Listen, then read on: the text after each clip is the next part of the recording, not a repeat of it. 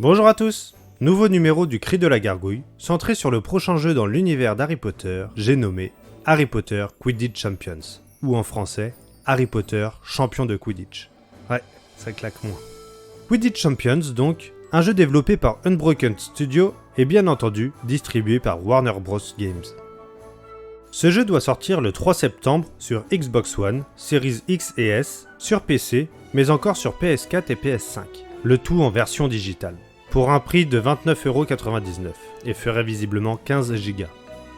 Pour les joueurs PlayStation, ayant le PlayStation Plus, ils pourront jouer au jeu gratuitement du 3 au 30 septembre. Et pour les joueurs Switch, il faudra patienter, car le jeu ne sortira qu'aux fêtes de fin d'année. Une version Deluxe sera disponible au prix de 39,99€. Version Deluxe qui inclura le jeu de base et le pack des maisons. Ce pack comprend, pour chacune des 4 maisons, un balai de classe Chasse-Orage, le modèle Tempête de Feu pour Gryffondor, Tempête de Sable pour Poufsouffle, le modèle Ouragan de Serpentard et Cyclone de Serdaigle, avec pour chacune leur propre uniforme de voyage, leur propre emblème du blason de leur maison. Et pour finir, 200 pièces d'or à utiliser en jeu.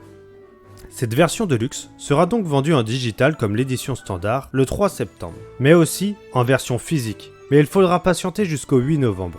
Étrange coup marketing. Si tu veux la version physique, tu dois attendre 2 mois pour te le procurer, ou 1 mois pour les joueurs PlayStation. Mais dans ce cas, tu perds tous les bonus cosmétiques des missions quotidiennes et hebdomadaires. Je vous explique tout ça après. Ou soit tu te retrouves à payer 2 fois le même jeu. Un dernier pack existe pour les joueurs ayant le jeu Hogwarts Legacy et possèdent un compte Warner Bros. Games. Ce pack comprend un balai lunaire, comme héros Sébastien Palot, un des personnages du jeu, sa baguette, l'emblème Magie Ancienne et la célébration Magie Ancienne. Et si vous ne voulez pas de ces packs, soit parce que vous n'avez pas Hogwarts Legacy ou que vous n'avez pas envie de dépenser 10€ de plus pour cela, il vous reste un bonus que vous pouvez avoir sans surcoût.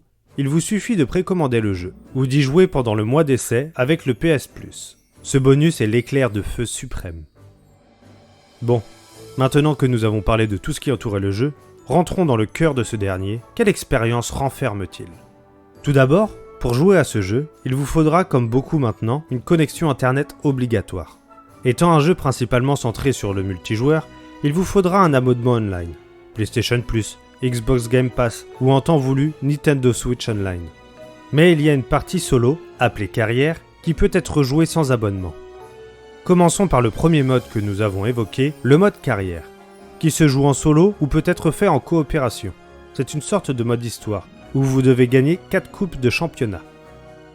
La première coupe est la coupe du terrier. Celle-ci servira principalement comme tuto, qui sera là pour vous apprendre les rôles et techniques de chacun des postes.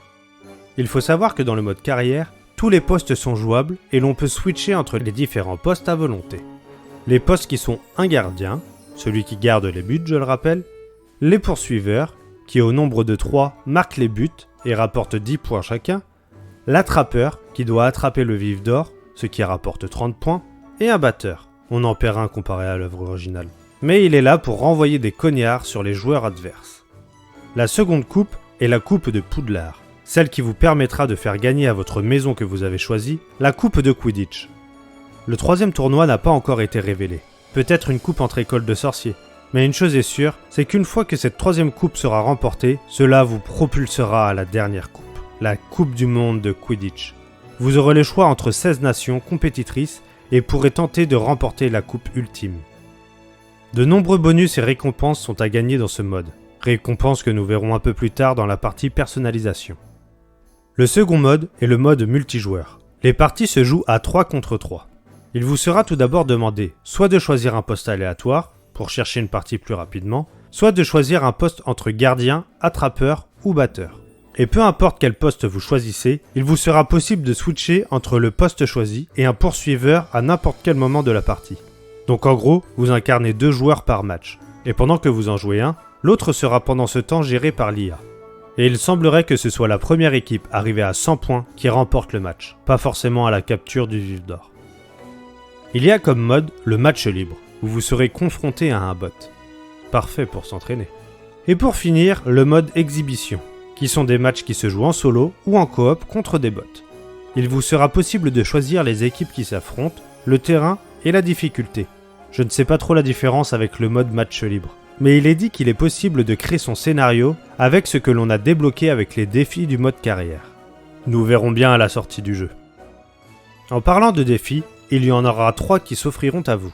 Les défis de carrière donc, qui seront à accomplir dans le mode carrière, et comme tous les jeux multijoueurs, des défis quotidiens et hebdomadaires qui vous offriront toutes sortes de récompenses uniques pour customiser les joueurs.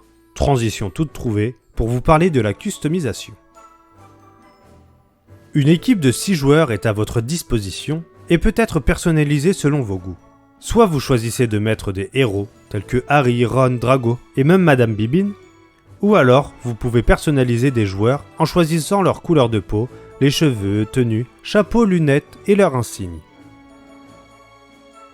Vous pouvez également débloquer des emotes, des animations pour la célébration de victoire et pour les poursuiveurs, l'effet autour des buts lorsque vous marquez.